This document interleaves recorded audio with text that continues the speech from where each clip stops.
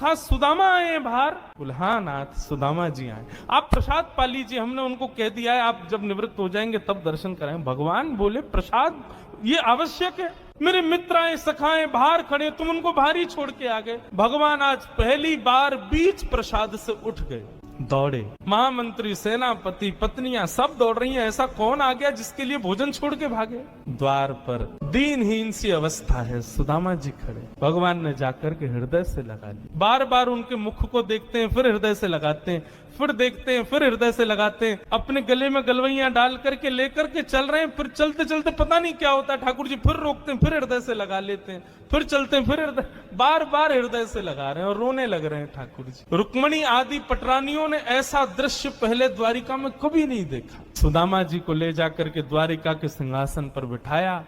भगवान ने अपने नेत्र के अश्रुओं से सुदामा जी के चरणों को धोया और संपूर्ण जल द्वारिका के चारों दिशाओं में छिड़क दिया। बोले हमारी द्वारिका पवित्र हो जाएगी सुदामा जी के चरणों का चरणामृत। सुदामा जी कह रहे हैं लाला मैं इन सबके योग्य ना हूं, ये सब कहा कर रहे हो भैया।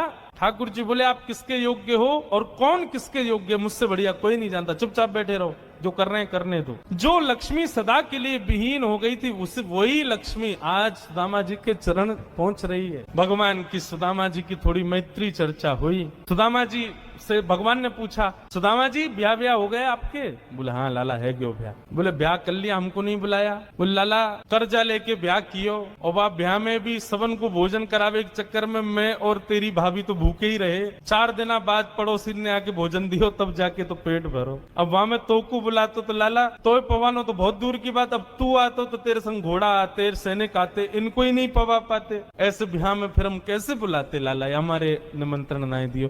मेरी छोड़ लाला, तू बता